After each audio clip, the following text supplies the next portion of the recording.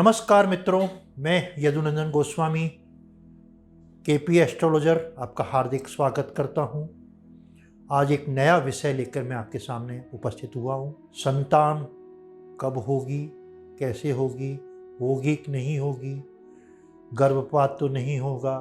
ये संतान से संबंधित बहुत सारे प्रश्न आपके मन मस्तिष्क में आते हैं और उन मस्तिष्क में प्रश्नों के उत्तर खोजने का ज्योतिषीय आधार पर कोशिश करते हैं। जीवन में संतान के लिए आदमी सब कुछ करता है, बहुत सारी दौलत कमाता है, धन कमाता है, ऐश्वर्य कमाता है, प्रतिष्ठा कमाता है।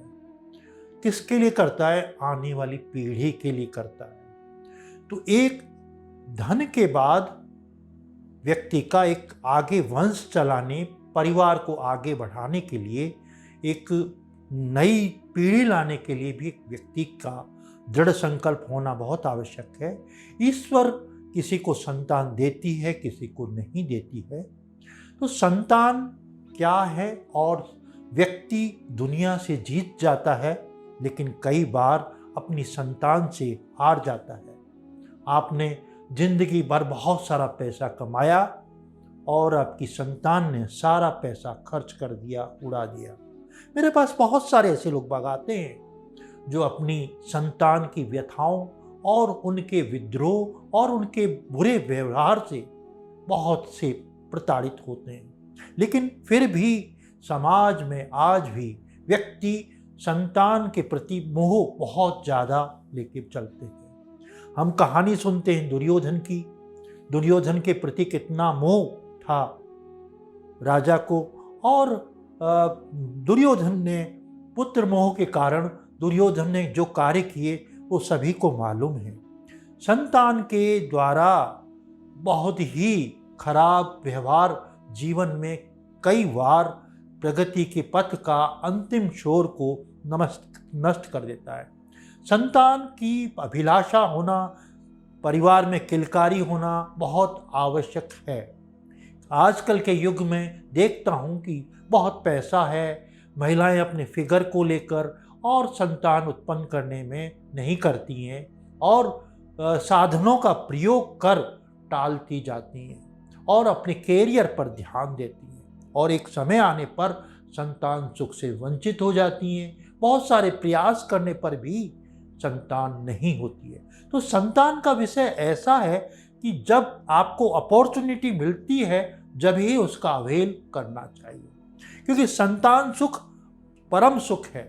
एक व्यक्ति का ये ऋण कहलाता है प्राचीन काल से, पितृ ऋण, यानी संतान पैदा करना आपके पूर्वजों के लिए ऋण जैसा है। और आजकल पुत्र और पुत्री में विभेद हो गया है। आपकी लड़की है चाहे लड़का है, इससे कोई फर्क नहीं पड़ता है। अब ज्योतिषीय कारण देखते हैं संतान होने के नहीं होने के। सबसे पहले हम पंचम भाव की चर्चा करते हैं। पंचम भाव संतान का कारक होता है। संतान के लिए आजकल के युग में वैदिक ज्योतिष में ऐसी गणनाएं बहुत कम थी। आज के युग में वैदिक गणनाओं के अनुसार के कृष्णमूर्ति पद्धति, केपी नाड़ी और कस्पल इंटरलिंक, जिसमें हम सब लॉर्ड को भी 9 हिस्सों में बांट कर सब लॉर्ड थ्योरी पे काम करते हैं, जो सेकंडों में सब लॉर्ड चेंज होते हैं। उसमें संतान सुख के बारे में हम ये देखते हैं व्यक्ति में संतान पैदा करने की पोटेंशियल है कि नहीं, ताकत है कि नहीं। अगर व्यक्ति में ताकत नहीं है तो वो पैदा ही कैसे करेगा। देखते हैं जीवन में कुछ लोग ऐसे होते हैं जिनमें पुरुषत्व नहीं होता है, वो अपनी ताकत खत्म कर देते हैं और विवाह कर लेते हैं लोक लाज को छोड़कर, और फिर जीवन में फेल हो जाते हैं। संतान उत्पन्न करने की उनमें क्षमता ही नहीं होती है। आप किसी पत्रिका को कस्पल इंटरलिंक के माध्यम से देख सकते हैं। उसके पंचम भाव का राशि लॉर्ड, नक्षत्र लॉर्ड, सब लॉर्ड और सब लॉर्ड का गहन चिंतन करके यह देख सकते हैं कि पुरुष में पुरुषत्व के गुण है कि नहीं। वो तो नहीं है कि चौथा भाव, 10वां भाव, दूसरा भाव ऑपरेट हो रहे हैं, तो वो व्यक्ति पुरुष ही नहीं है। संतान पैदा करने की सामर्थ्य ही उसमें नहीं है, तो वो संतान कहाँ से देगा। इसी तरह स्त्री जातक में भी उसका फर्टिलिटी करने का, उसके अंडाणु डेवलप होने का उसके है ही नहीं, तो वो संतान उत्पत्ति नहीं करेगी और उसके संतान नहीं होगी। पंचम भाव से हम देखते हैं संतान सुख, तो संतान सुख में कई बार बृहस्पति पंचम भाव में बैठ जाता है। तो पंचम भाव, बृहस्पति जिस भाव को देखता है उस भाव को नेगेशन देता है, और फिर उस पे शनि या राहु जैसे प्लानेट पंचम भाव को दूषित कर रहे हैं, तो संतान की प्रॉब्लम्स होती है, संतान नहीं होती है। आपके पंचम भाव जहाँ जिस ग्रह के पास ऑपरेट हो रहा है उसकी महादशा चल रही है, तो आपकी संतान होगी।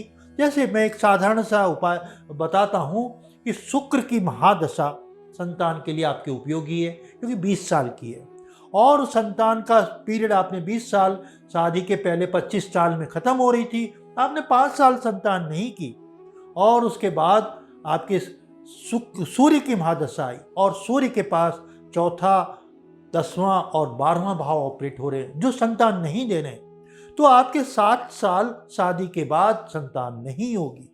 आपने 25 और 7 32 साल गुजार दिए, फिर आपका उस संतान का एक चार्म वो भी खत्म हो जाता है, तो फिर व्यक्ति को संतान गोद लेते हैं, परिवार में कमी आ जाती है।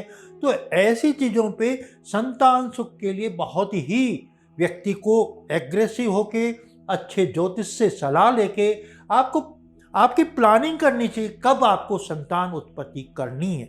ये जीवन का एक महत्वपूर्ण सब्जेक्ट है। इस सब्जेक्ट पर गहनता से चिंतन मनन करने की आवश्यकता है। संतान आपके ट्विंस तो नहीं होंगे, यह भी देखने का विषय है, क्योंकि अगर किसी के पंचम भाव में द्विस्वभाव राशि मिथुन, कन्या, धनु या मीन है और उसको बुध जैसा प्लानेट देख रहा है, तो व्यक्ति के संतान ट्विंस भी हो सकती हैं, और आपकी दशा भुक्ति अंतरा में बुध का प्रभाव या गुरु का प्रभाव, क्योंकि गुरु की दोनों राशियों द्वितीय स्वभाव की हैं और बुध की भी दोनों राशियां उसकी हैं द्वितीय स्वभाव, तो ट्विंस होगी। आपका गर्भपात तो नहीं हो जाएगा। कई बार स्त्रियों के बहुत जल्दी गर्भपात होते हैं, यानी पंचम भाव से राहु का संबंध होना, शनि का संबंध होना या दृष्टि होना, मंगल का दृष्टि होना, जल्दी से छोटी सी चीज में फिसल कर गिरना और गर्भपात हो जाना। तो ये बहुत सारी चीजें हैं जिनको संतान के बारे में देखना होगा। यह बहुत बड़ा गंभीर विषय है और इस पे बहुत कुछ कहा जा सकता है, बहुत कुछ लिखा जा सकता है। आप भी कहेंगे कि बहुत बड़ा सब्जेक्ट है। आप मेरा चैनल सब्सक्राइब अवश्य करें। अगर आपने मेरा चैनल सब्सक्राइब नहीं किया है तो चैनल सब्सक्राइब करें, क्योंकि ये बहुत बड़ा विस्तृत विषय है। इस पे बहुत कुछ किताबें लिखी गई हैं, बहुत सारा दैनिक चर्चा में आता है। ग्रहों की बहुत सारी युति, दृष्टि, बहुत सारे फैक्टर्स हैं जिनको देख के हम बता देते हैं संतान होगी कि नहीं होगी। आजकल ये है तो सब्जेक्ट खत्म हो गया है, पुत्र होगा पुत्री होगी, क्योंकि यह आजकल सब बराबर है, पुत्र हो चाहे पुत्री हो। नमस्कार, आप मेरे चैनल को सब्सक्राइब अवश्य करें। नमस्कार।